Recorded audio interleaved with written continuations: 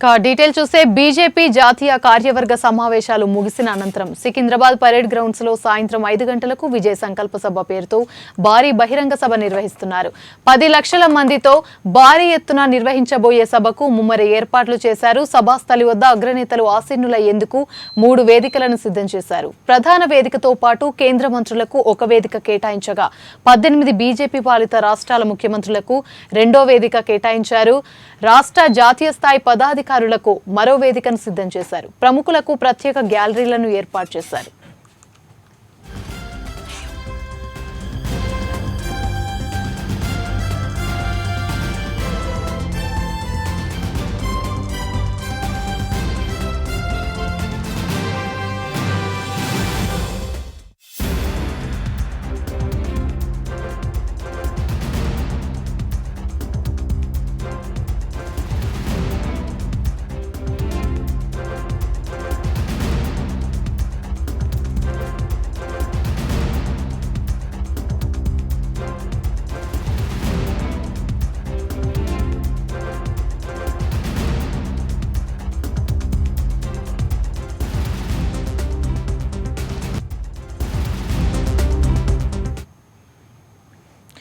BJP జాతీయ కార్యవర్గ సమావేశాలు ముగిసిన అనంతరం సికింద్రాబాద్ పరేడ్ గ్రౌండ్స్ లో సాయంత్రం 6 గంటలకు విజయ సంకల్ప సభ పేరుతో భారీ బహిరంగ సభ నిర్వహిస్తున్నారు. దీనికి సంబంధించి పూర్తి వివరాలు పరేడ్ గ్రౌండ్స్ నుండి మా ప్రతినిధి నాగేంద్ర లైవ్ ద్వారా అందిస్తారు.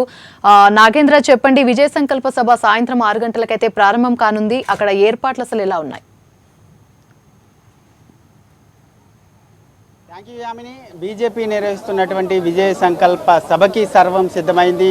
సాయంత్రం 5 గంటలకు ప్రారంభమయ్యేటటువంటి సభకు సంబంధించి ఇప్పటికే బీజేపీ కమల దళం అంతా కూడా పూర్తిగా అన్ని ఏర్పాట్లు చేసింది. ప్రస్తుతం మనం మోడీ ప్రసంగించేటటువంటి ప్రధాన వేదిక వద్ద ఉన్నాం. చూడొచ్చు, పెరేడ్ గ్రౌండ్ లో ఏర్పాటు చేసినటువంటి విజయ సంకల్ప సభ ప్రధాన వేదిక వద్ద మనం ప్రస్తుతం చూస్తూ ఉన్నాం.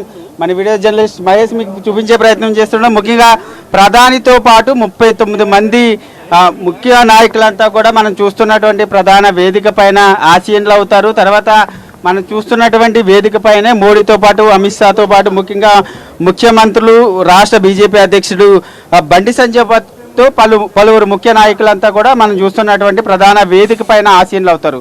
దీనికి లెఫ్ట్ సైడ్ లో మరొక రెండవ వేదిక ఉంది. ఆ వేదికకి సంబంధించినటువంటి దానిలో జాతీయ ప్రధాన కార్యదర్శులంతా కూడా ఆ రెండవ ప్రధాన వేదిక పైన ఆసీనులు అవుతారు. ముఖ్యంగా ఈ 2 ప్రధాన వేదికలతో పాటు 3వ వేదిక కూడా ఉంది. ఆ వేదికకు సంబంధించి ముఖ్యంగా జాతీయ కార్యవర్గ సమావేశాలు ఎవరైతే పాల్గొన్నారో ఆ ముఖ్య నాయకులంతా కూడా ఆ 3వ ప్రధాన వేదిక పైన ఆసీనులు అవుతారు. ఈ 3 వేదికలు ముఖ్యంగా ఈ విజయ సంకల్ప సభలో ఏర్పాటు చేయడం జరిగింది. దీంతో పాటు లెఫ్ట్ సైడ్ లో సాంస్కృతిక కార్యక్రమాలకు సంబంధించి మరొక వేదికను కూడా ఏర్పాటు చేశారు. ఈ 3 ప్రధాన వేదికల నుంచే రాబోయేటటువంటి ఎన్నికలకు సంబంధించి బీజేపీ రాష్ట్ర కమలదళం ఎన్నికల శంఖారావాన్ని ఇక్కడి నుంచే పూరించనుందని చెప్పాలి. ముఖ్యంగా విజయ సంకల్ప సభని రాష్ట్ర కమలదళం చాలా ప్రతిష్టాత్మకంగా తీసుకుంది.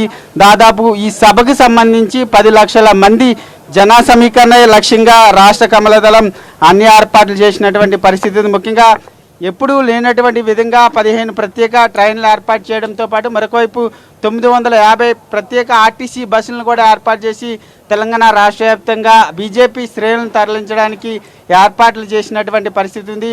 పెరేడ్ గ్రౌండ్కి సంబంధించినటువంటి చుట్టుపక్కల ప్రాంతాల్లో పార్కింగ్ సంబంధించి 25 ప్రాంతాల్లో పార్కింగ్కి ఇబ్బంది లేకుండా ప్రాంతాలను కూడా సెలెక్ట్ చేసినటువంటి పరిస్థితి అయితే కనిపిస్తుంది. మనం చూస్తున్నాం విజువల్స్లో ఇప్పటికే బీజేపీకి సంబంధించినటువంటి శ్రేణులంతా కూడా ఒక్కొక్కరుగా తరలి వస్తున్నారు. ముఖ్యంగా బీజేపీకి సంబంధించినటువంటి అధిరథ మహారథులంతా కూడా తరలి వస్తున్న నేపథ్యంలో పూర్తిగా పెరేడ్ గ్రౌండ్తో పాటు చుట్టుపక్కల 3 కిలోమీటర్ల పరిధి మొత్తం కూడా ఎస్పీజీ బలగాలంతా కూడా తమ ఆధీనంలోకి తీసుకున్నాయి.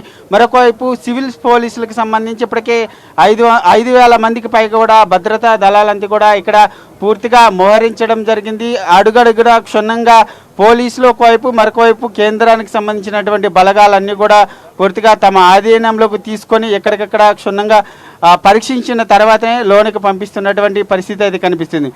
మొత్తానికి ఈ విజయ సంకల్ప సభ ద్వారా మోడీ ఎటువంటి ప్రసంగం చేయబోతున్నారన్న దానిపైన కూడా తెలుగు రాష్ట్రాల్లో ఆసక్తి నెలకొంది. ఎందుకంటే నిన్న రాష్ట్ర ముఖ్యమంత్రి కేసీఆర్ మాట్లాడుతూ ఒకవైపు కేంద్ర ప్రభుత్వం పైన, మరొకవైపు ప్రధాని మోడీ పైన సంచలన వ్యాఖ్యలు చేయడం జరిగింది. దానికి సంబంధించి ఈరోజు జరగబోయేటటువంటి విజయ సంకల్ప సభ నుంచి మోడీ ఏ విధంగా కేసీఆర్కి ఘాటైన వ్యాఖ్యలు చేస్తారు, ఏ విధంగా సమాధానం చెప్తారన్నది కూడా కొంత చూడాల్సినటువంటి అంశంగా ఉంది. ముఖ్యంగా రాబోయేటటువంటి ఎన్నికల్లో తెలంగాణలోంచి బీజేపీ ప్రభుత్వం పాగా వేయాలని చూస్తుంది. దానికి అనుగుణంగానే ఇప్పుడు జరుగుతున్నటువంటి జాతీయ కార్యవర్గ సమావేశాల్లో కూడా చర్చించే అవకాశాలు అయితే కనిపిస్తున్నాయి. ముఖ్యంగా తెలంగాణ అంశానికి వచ్చేటప్పటికి బీజేపీకి సంబంధించినటువంటి అంశం పైన చర్చించడంతో పాటు ప్రత్యేకంగా తెలంగాణ రాష్ట్రంలో ఉన్నటువంటి పరిస్థితులపైన కూడా ఒక తీర్మానం ప్రవేశపెట్టే అవకాశాలు అయితే స్పష్టంగా కనిపిస్తున్నాయి. ముఖ్యంగా 2 గంటల తర్వాత నుంచి నైట్ 11 గంటల వరకు కూడా పూర్తిగా పెరేడ్ గ్రౌండ్ ప్రాంతాలన్నీ కూడా పూర్తిగా ట్రాఫిక్ ఆంక్షలు విధించడం జరుగుతుంది. మరొకవైపు పెరేడ్ గ్రౌండ్ వద్ద ఉన్నటువంటి ఫ్లైఓవర్ను పూర్తిగా క్లోజ్ చేయడంతో పాటు చుట్టుపక్కల ఉన్నటువంటి మెట్రో ట్రైన్ కూడా పూర్తిగా క్లోజ్ చేస్తున్నారు. ముఖ్యంగా మోడీ పర్యటన అయిన తర్వాతే ఇక్కడ ఈ ప్రాంతాల్లో ఉన్నటువంటి ట్రాఫిక్ ఆంక్షలు తొలగించడంతో పాటు ముఖ్యంగా యథావిధిగా ఇక్కడ ఉన్నటువంటి ట్రాఫిక్ ఆంక్షలన్నీ కూడా ఎత్తివేస్తారని చెప్పాలి. మొత్తానికి బీజేపీ నిర్వహిస్తున్నటువంటి అతిపెద్ద భారీ బహిరంగ సభను మాత్రం కమలదళం పూర్తిగా ప్రతిష్టాత్మకంగా తీసుకున్నటువంటి పరిస్థితి అయితే కనిపిస్తుంది. మొత్తానికి ఒకవైపు బీజేపీకి సంబంధించినటువంటి జాతీయ కార్యవర్గ సమావేశాలు విస్తృతంగా జరుగుతుంటే మరొకవైపు బీజేపీకి సంబంధించినటువంటి విజయ సంకల్ప సభలో మాత్రం పెద్ద ఎత్తున జన సమీకరణ చేస్తున్నటువంటి పరిస్థితి అయితే కనిపిస్తుంది. సాయంత్రం 5 గంటల తర్వాత ప్రారంభమయ్యేటటువంటి విజయ సంకల్ప సభని బీజేపీ చరిత్రలో ఇదొక భారీ బహిరంగ సభగా నిలిచిపోయే విధంగా కమల్నాథులు మాత్రం పూర్తిగా